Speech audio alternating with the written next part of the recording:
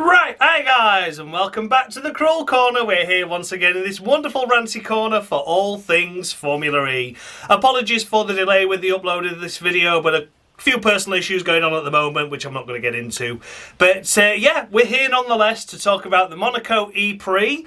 And yeah, it was a good race, wasn't it? Monaco's boring, get it off the F1 calendar. No, just make the cars more fucking practical to overtake. We've seen some stunning Formula E races at Monaco over the years. This one, okay, was a little bit clumsy with a lot of front wings being knocked off and stuff, with the peloton effect once again coming into play. But nonetheless, still an exciting race, a good battle for the victory, a good battle for the lead, and some good team strategies played up and down the field. So, yeah, overall, you know, it was a good race.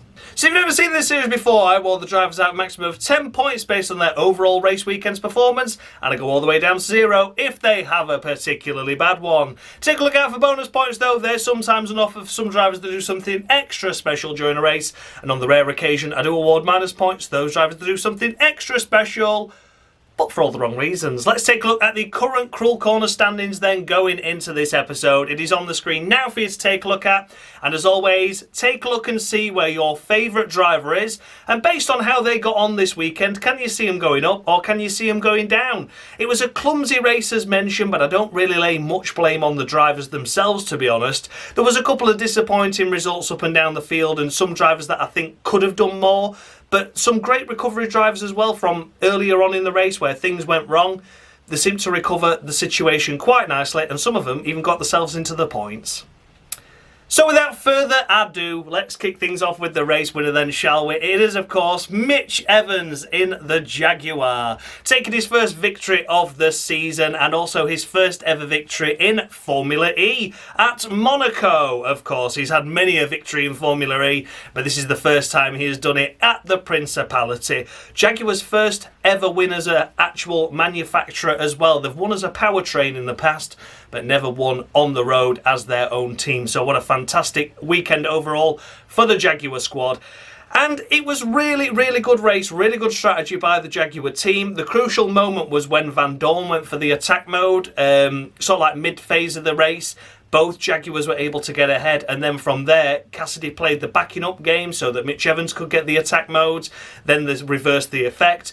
And then they swapped back again, and Cassidy played a fantastic team game to say, look, let's not fight. We've got 1-2 sorted here. I'm happy to defend from the cars behind. Let's make sure we bring home the points, and that is what they did. So both drivers played a fantastic team game with the attack modes to make sure both of them took them without taking any effect of actually losing race positions. And they both did an incredible job. Mitch Evans this weekend overall did a superb job as well, with a great solid qualifying to get himself into that position to ultimately take the victory. And for Mitch Evans this weekend, I'm going to award him 9.5. And the only reason I'm knocking half a point off there is just for the fact that the qualifying, he could have got through. It could have got through into the final, really, couldn't he? But made a mistake in the semi-finals and cut the corner at the swimming pool chicane.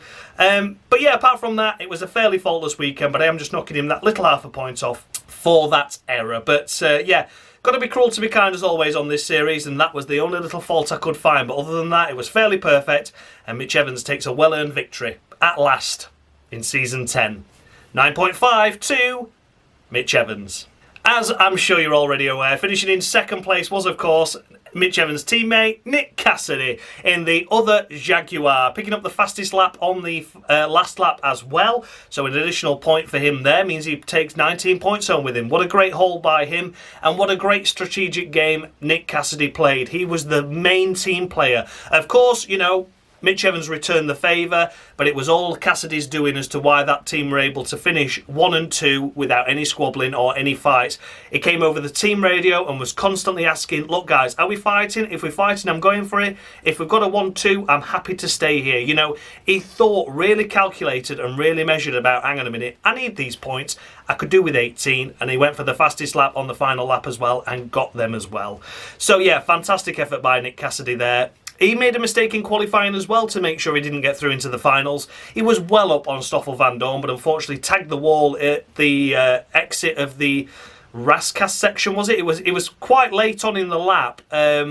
But yeah, overall, you know, he tagged the wall, did break the suspension and bent his car a little bit, but carried on, limped it home to the line, but wasn't enough to get through, of course. Such a big buffer as well to Vandoorne. It was a shame he did that. But yeah, like Mitch Evans, I was going to knock him half a point off for that mistake, because he, in theory, should have been a Jaguar front row lockout, really. But as it was, errors in both qualifyings meant they didn't. But for Nyck Cassidy, I am still giving him a perfect 10 for the team play that he did.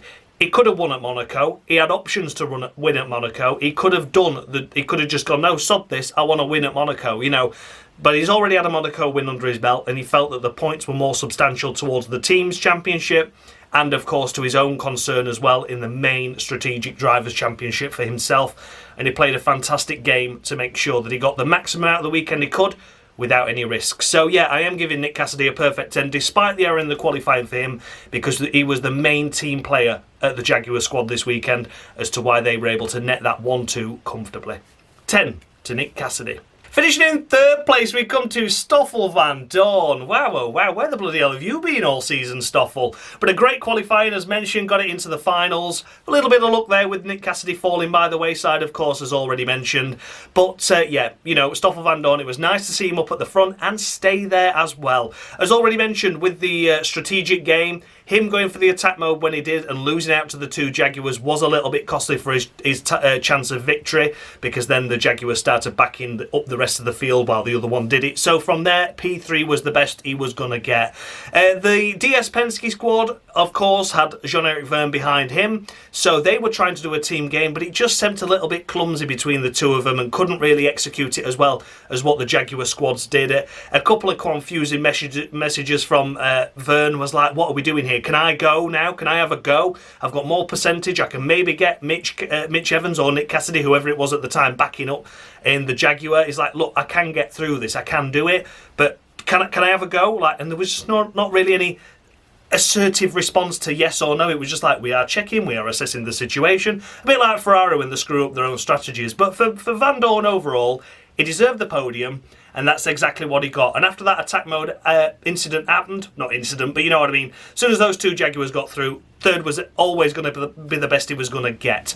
So yeah, Vandoorne though, nice to see him up front. Still, of course, doesn't look the most comfortable in the DS Penske, but this race weekend overall, out-qualified his teammate, out-raced his teammate in a way as well, and did a solid job. So for Stoffel Vandoorne this weekend, I'm giving him a solid 9. 9 points for Vandoorne. I'd just like to have seen Vergne have a go at the Jaguars if he was given the opportunity. I think we'd have maybe seen a bit of more of an attacking DS Penske behind the Jaguars, as opposed to Vandoorne that was just happy to play it safe in third, I think. But yeah, overall, 9 to Vandoorne.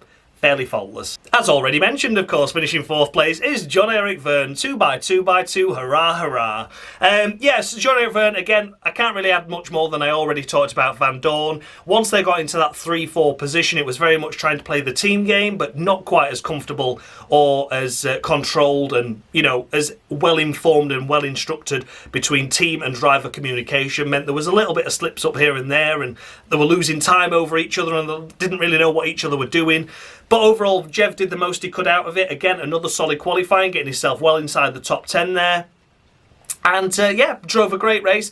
As mentioned, would have been nice to see him get ahead of Vandoorne and have that opportunity to try and go for the Jags, but as it was, P4, solid effort. DS Penske's nice to see him going forward in a race as opposed to backwards, because normally they have a great qualifying, then tumble down and just scrape a couple of points, but this time they sort of stayed where they qualified, which is respectable. So for Jean-Eric Vergne, it's going to be 8.5 to him for that one. Again, nothing really faultless, but solid overall. Finishing in 5th place after starting the race in pole position, it is of course Pascal Wehrlein in the Porsche. Not really much could be said about his race, unfortunately, other than once the attack modes all are played out and happened, he just got out-strategised by the fact that they had two cars ahead of him. You know, there was two Jaguars playing the team game, two DS Penskes, and it meant that Wehrlein as a Lone Ranger, not his fault it was a Lone Ranger, not Da Costa's fault it was a Lone Ranger either at that stage, but one against two double cars that were, you know, doing their own thing to try and maintain position, meant that 5th really was going to be the best he was going to get. It's a shame to see him finish low down. He certainly had the pace for the victory, certainly had the pace for the podium as an absolute minimum, but P5, considering where he qualified, is a little bit disappointing, but again, I can understand it. Porsche couldn't play the strategic game like the other two teams did, and that paid dividends. So for Wehrlein overall, I've given him a solid 7.5. It's a shame he wasn't on the podium. I think he maybe could have been a little bit more attacking on Jev and Vandoorne as well when they were going through that confusing the stage and not really knowing what team instruction they were supposed to be following. But yeah, overall, you know, Wehrlein should have been a podium at minimum. Didn't quite play out like that. Wasn't all his own doing, of course. But yeah, I think based on what everyone else has done this weekend, 7.5 Pascal Wehrlein is fair. Then we come to Oliver Rowland. He qualified outside the top 10. I don't think he made it into the duels, did he? Was he around 12th? So to finish here in 6th place is a good effort. Of course, it all played out with the likes of other track cars taking the wing off, of course, which was a massive help. He gained a few positions during that. He had a good start, didn't he? Was he the one that I sort of looked at and was like, bloody hell, how is he got up there already? He made like 5 places at the start. I think it was Rowland. But yeah, nonetheless, Ollie Rowland, again, another solid drive by Nissan. He's bounced back, of course, from the misfortunes he had at Misano Race 2, of course, where a massive miscalculation on power was mad, wasn't it? Yeah, I don't really know what to say about Rowland other than solid. You know, qualifying pace weren't there for a lot of teams. Nissan looked to be struggling more than others. Certainly not as much as Andretti were, but we'll come to them shortly. But yeah, Rowland, I think, not a great qualifying position, but maybe the most he could get out the car with the 1-lap pace. But then in the race itself, to get yourself a solid handful of points is crucial, especially when the pack is so hectic and frantic. So many cars knocking the wings off and having late lunges and dives on each other. Kept himself out of trouble and picked up a well-earned 8 points. I think he's going to be grateful to get that. So for Ollie Rowland, it's going to be 8 points on the board for him. Maybe a little bit of qualifying, you know, could have gone a little bit better, could have gone more his way. Certainly should have been inside the top 10, but overall, 8 for Rowland, I think, is fair. Finishing in 7th place, we come to Antonio Felix da Costa, and you're all going to think, oh, he's a couple of places behind his teammate again, but what an impressive recovery da Costa had, considering he got stuck behind Buemi, who got shunted out the way by an ERT at the hairpin. So they came round the Lowe's hairpin, really, really slow. An ERT, I think of Ticktum, wasn't it? Lunged it up the inside, hit Buemi, popped him into the wall, and then da Costa nowhere to go, hit the back of him. They were well and truly last at that stage, and didn't really look at any hopes of getting any points at all. But as it was, the safety cars played out, and it was able to catch up on the back of the pack. All the drivers had misfortune with wings. And here's da Costa picking up a good haul of points, considering where he was towards the beginning of that race. I think is very impressive, and a great drive back through the field for da Costa, well deserved. As mentioned, you know, his teammates there taking the glory with the good pole position. Da Costa was a little bit lower down this weekend, wasn't he, as well, as mentioned. But, yeah, sort of put himself in that danger zone, but didn't deserve the treatment that he had, but shouldn't really be anywhere near an Envision or a ERT, must be said, must it? But, yeah, overall, an impressive recovery drive from what was looking like yet another disaster for da Costa. This time, not all his own doing, though. Da Costa, I have awarded a solid 7.2, which might seem a little bit harsh, but at the same time, I offered Wehrlein 7.5, and he got a pole position out of it. So yeah, the great recovery drive by da Costa, but was it as impressive as Wehrlein? No, it wasn't. That's how I'm going to say. Yeah, the drive through the pack was more impressive, but maybe you shouldn't have been in that position at that stage of the race. 7-2 da Costa. Next up is Sacha Fenestraz in the second of the Nissans. Good race by Sacha, must be said. Sort of matching his teammate there a little bit. There was a phase in the race where they're all 2x2x2, hurrah, hurrah, as Rowland was behind da Costa at one stage, of course, so it meant that there was 2 Jaguars, 2 DS Penske's, 2 Porsches, and then the 2 Nissans. But they all sort of like mixed around in this latter half of the field. And yeah, overall, you know, Sacha picking up some solid points after a lucky 5th place finish in the end last time out, with everything that happened on the last lap, of course, and the penalties that were dished out. Here he is scoring a merited few points on the board for him, so well deserved that. Sacha's race, to be honest, I can't really say much about it because he sort of went under the radar. I don't think he had any major issues, of course, to finish inside the points, so he just kept himself out of trouble, which was the main thing to do this weekend, wasn't it? Again, the front wings are flying aplenty, aren't they? And all these quick races back to back in quick succession.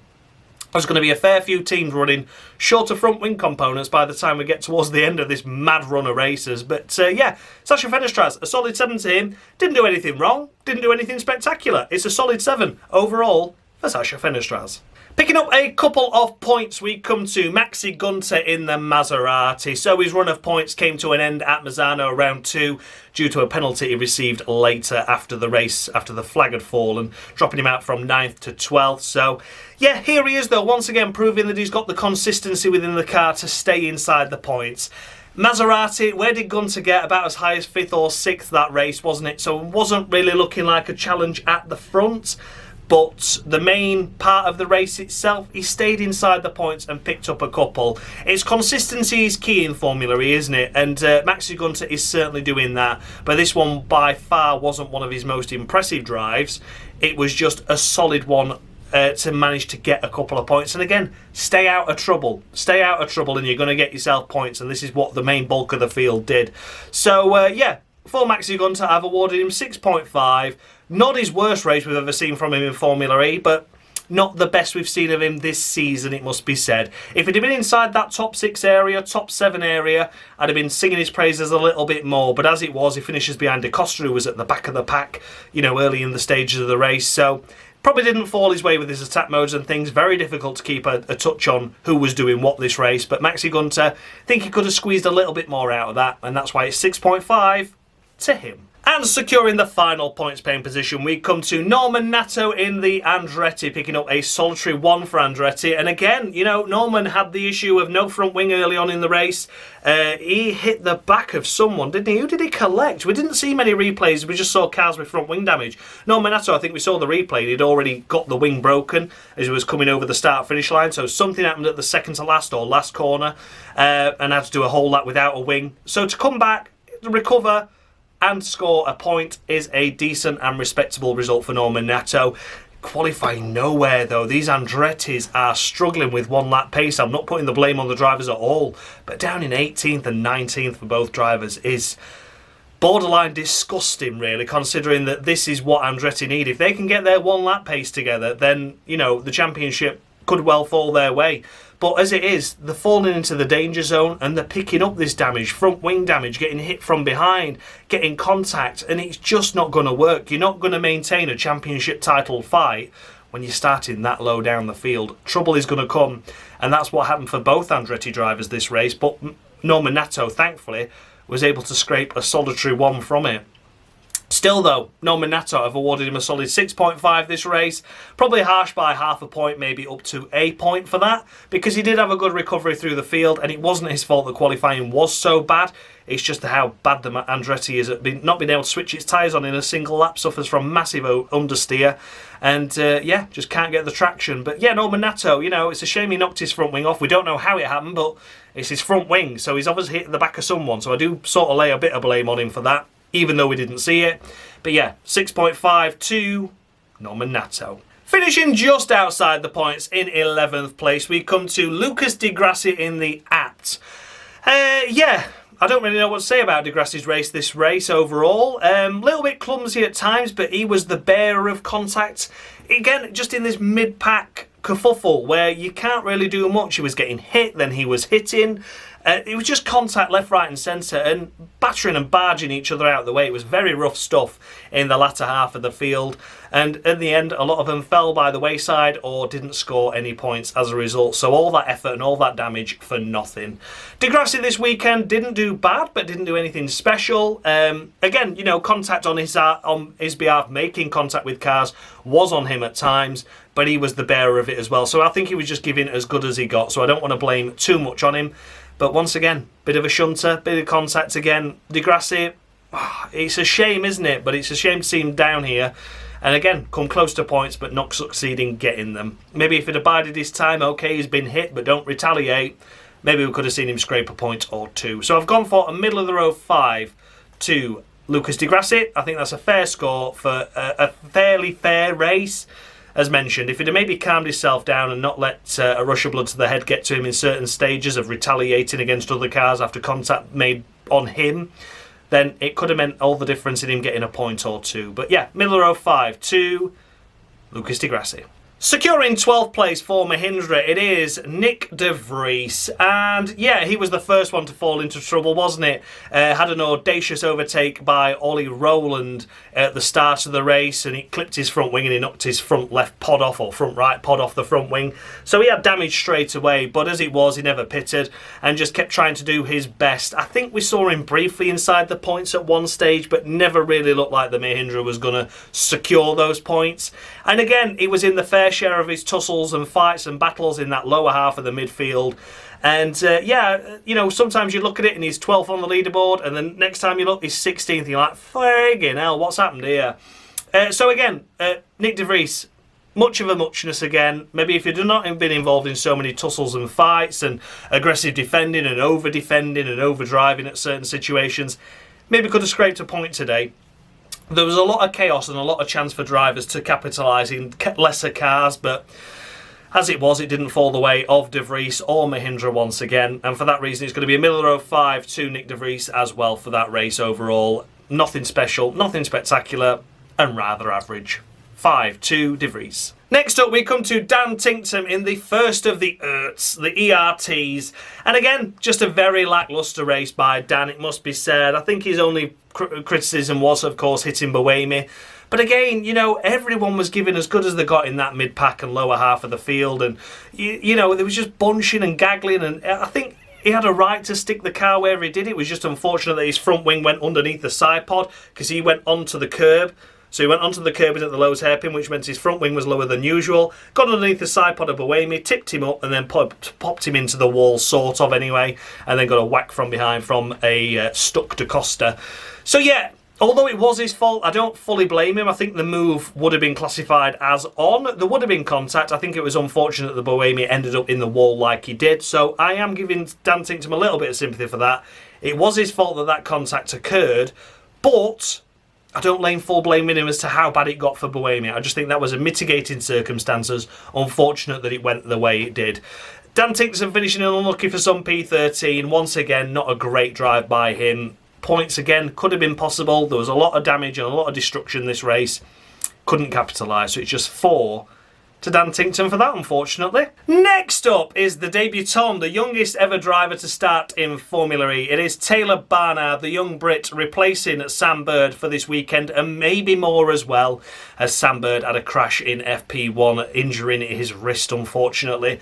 Shame, and an unusual accident as well. There's a lot of runoff at the Sandy Vorts at the first corner, but unfortunately Sam Bird just got it wrong and kept his hands on the wheel. The wheel snapped and it hurt his wrist. I don't think he's broken bones, but I think he's torn ligaments and muscles, and that can sometimes be worse than a break itself, because a break can heal. Muscles and ligaments take a long time to recover from. So wish Sam all the best, and Taylor Barnard this weekend jumping into FP2. Had a little bit of pre-testing. I think they did the Mazzano rookie test, didn't they? So he's already had a little bit of experience in the car, but nowhere near enough to be considered as competitive from the word go. You know, very much a rookie. And the least experienced driver on the grid, the youngest driver on the grid. And I think he did a solid job, to be fair. You know, practice 2, kept it out of trouble, kept it out of the wall. Qualifying, again, no issues. Okay, he lined up last, but what else could really be expected of him? And in the race, probably one of the few cars to come home without a single bit of damage on that car. He drove well, he drove clever, he's finished ahead of some cars. Okay, they got into difficulty at stages, but he didn't, and that's the main thing. So for Taylor Barnard, he will be taking Sam Bird's place in the standings just briefly for this weekend and scoring his own points. Of course, if Sam Bird returns, then Sam will return to the table, and Taylor Barnard, unfortunately, will fall by the wayside. But for now, Taylor Barnard is getting a solid 7. Solid 7 to Taylor Barnard for that. I don't think he did anything wrong this race, and he deserves a bit of praise for that. You know, in a race where there was all that chaos and carnage, he could have quite easily been involved in it, but he just thought, no, I'm going to bide my time, the race will come to me. And although it wasn't anything special like points or anything close to him, he still did a solid job. 7 to Taylor Barnard. Next up, we come to Sebastian Buemi in the Envision. Oh my God, when are Envision ever going to score points ever again? Is this the last we've seen of the best of Envision? They are tumbling down the constructors' standings with a bang, aren't they? They really, really are. It's unbelievable. Down in 8th in the standings, and thankful that the ERT powertrain and the Mahindra powertrain are actually worse than them, because without that, they'd be last. they would be last, wouldn't they? Buemi, again, not his fault this race, it must be said. Taken out by Dan Ticktum. I've already said that was mitigating circumstances for that incident itself. But he doesn't need it, does he? But at the same time, Costa got back through the field from the same incident. You know, maybe Buemi's car was more damaged with the side pod and into the floor, and he had a hit from behind as well. So, yeah, you know, probably a little bit more hindered, but at the same time, no progress made through the field. I have scored him more than Ticktum that took him out, but he doesn't deserve anything more than a 6 for me, and that's a sympathetic 6. Realistically, I think I should have just been giving him 5, but as it was, I just feel sorry for Buemi. Would he have picked up a point or two? I think so. I think realistically 8th at best would have been possible, based on everywhere else finished and what happened to everyone else's race. But yeah, Buemi, once again, no points, no luck either, and it's 6 to Buemi. And next up we come to the second of the McLarens in Jake Hughes.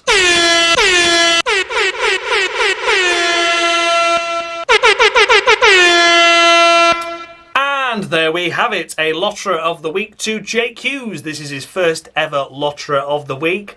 First this season, of course, and yeah, he has to have one, doesn't he? He has to have one, unfortunately. He did finish ahead of his teammate just by 1 position, but a 5-second time penalty means he finishes behind his teammate and behind Sebastian Buemi as well, for an incident that was his fault, so that 5-second time penalty was deserved. He took out Muller. Unfortunately, at the second to last corner, shoved it up the inside, a bit of a late lunge, tagged the back of Muller. Muller overcorrected and stuffed it into the wall, unfortunately. Not Muller's fault, but it was all Jake Hughes' fault. Yeah, gets the 5-second time penalty, but that doesn't help Muller's race, does it? He's in the wall and out.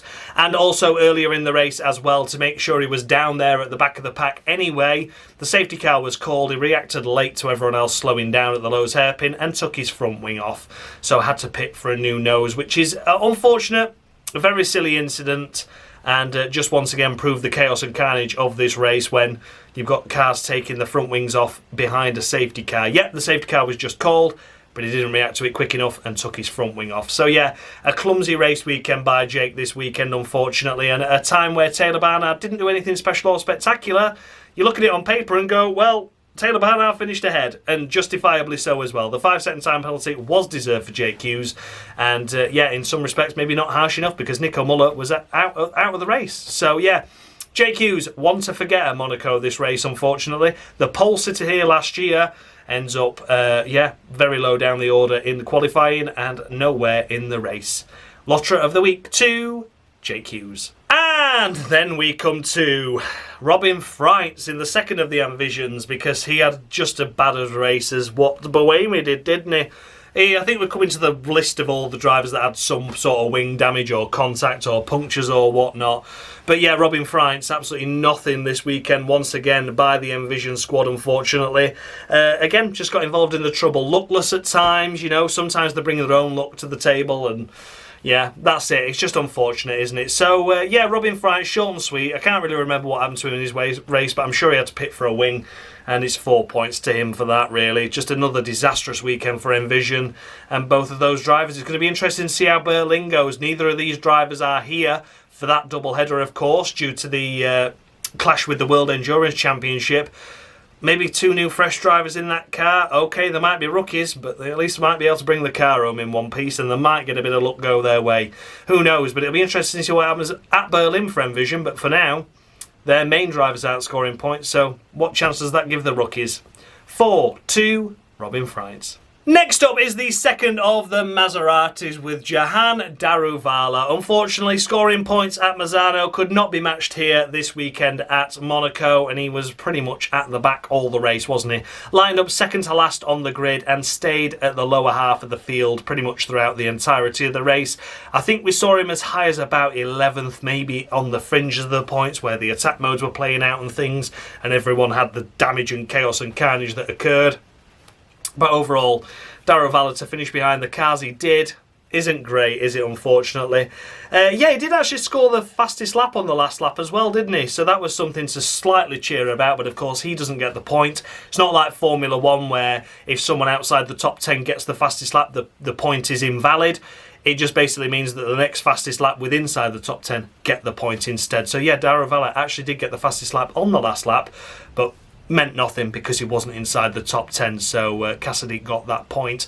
It's about the only thing I can remember about his race that was positive. Didn't see hardly anything of him during the race, and it's 4 to Jehan Daruvala for that. Don't want to be overly critical of him because there were other drivers making contact and making damage and things, but yeah, Daruvala, a very lonely race. And finished behind a real rookie as well in Taylor Barnard, which is to be noted. You know, Daruvala has had half a season now. Taylor Barnard, a quick young driver test, FP2, qualifying and then learning on the job in the race. Finished ahead of him and did a better job. So yeah, 4 to Daruvala. Next up we come to Sergio Sette Camara in the ERT, the second ERT. And what could be said for his race weekend overall other than just unlucky? Unlucky, wasn't it? Yeah, just a shame. Missed FP1 and most of FP2 due to a issue with the drive shafts, struggling to get any sort of drive out of the drive shafts, obviously broken. Yeah, so a real unusual one. Obviously came into qualifying and hadn't had the practice, but still did a stunning job. Did he line up about 11th or 12th? He did a great job in qualifying, considering the lack of running he'd had in practice, which was encouraging. And then in the race itself, he looked like he was going to be on the fringes of the points, running around that top 8 position, you know, P8, 9, 10, somewhere around there. And then he had a wide moment and got mugged by about 4 cars, and then seemingly lost a load of pace and fell into difficulty, and ended up pretty much at the back of the field and then stayed there. I don't know if he actually retired in the end or whether he did limp it over the line, but either way, it was a shame to see Sergio Sette Camara so far down after what was going to be a good effort by him, considering where he qualified after no testing. The race could have been a point or two there, which would have been crucial for ERT, as always, to try and gap the other teams behind them. So yeah, it's a middle row 5 to Sergio Sette Camara. I can't remember if he did retire or not, but the race weekend he had overall was encouraging, but unfortunately not his fault that it all went so wrong. 5 to Sette Camara. Next up, we come to Jake Dennis, the second of the Andretti's so far down the field due to contact and damage. He put the blame on Frijns, I believe, didn't he? There was some sort of contact under the tunnel that we didn't actually see live. We just saw him come out the tunnel with his front wing folded underneath his car. Had to box for a wing, didn't see another safety car, so that was it, unfortunately. Just trundling round at the back of the pack for the rest of the race. Outside the points. And no chance of him from there, unfortunately.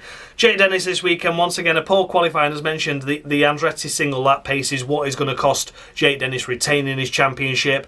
What's going to cost Andretti the chance of a team's championship. Without that single lap pace in Formula E, you are struggling because, you know, it still matters to be high up there. Sometimes you don't always want to be pole and lead in the race, but if you can qualify yourself on the second or third row, save your energy and then boost your way at the end to get up through those few remaining cars, you've got a chance of a solid podium finish. But starting down in 18th and 19th place, you've got to make your way through the field without damage and contact and then get yourself in a position where you can save the energy to then attack late in the race. It's a lot to do. And it becomes unbearable at times, and one little error by a car, by your own team, your own driver, or other drivers as well, being a bit over-ambitious with their overtaking opportunities, you're falling into trouble. You're putting yourself in the danger zone, and that's again what happened to Jake Dennis this weekend. Too far down the grid to make a solid impact in the race itself, and then when he tried to come through the field, there was some form of contact. It went wrong. Chance of points gone. Chance of retaining a championship looking slimmer by the day, if that one lap pace is not sorted out by Andretti.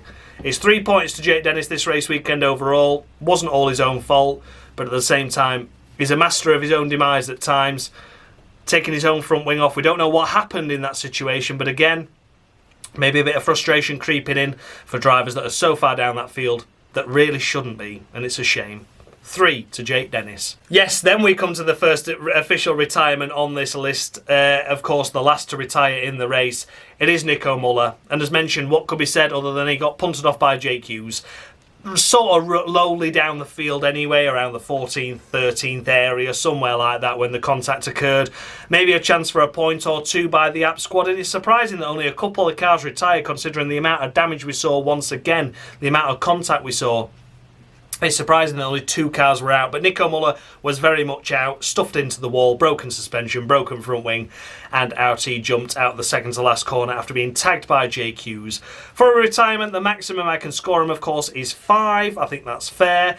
Nico Muller this weekend, I've gone for a solid 4. I think 4 is fair points. Is fair for Nico Muller, considering we have seen a lot better from him this season. You know, we've seen better qualifying performances from him. We've seen him do more in the race and be higher up in the race.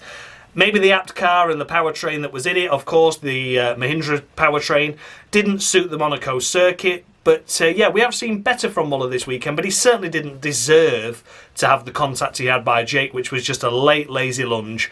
And yeah, for Nico Muller, it's 4 points to him out of a maximum of 5 he can score for a retirement. And then last, but by no means least, we come to Eduardo Mortara. Oh my God, when are Mahindra ever going to get any luck at all?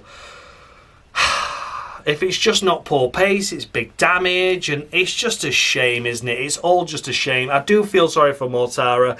I do feel sorry for De Vries as well in some respects, because this Mahindra car can just do nothing, can they? The team can't do anything right, the drivers can't do anything right, they're just luckless.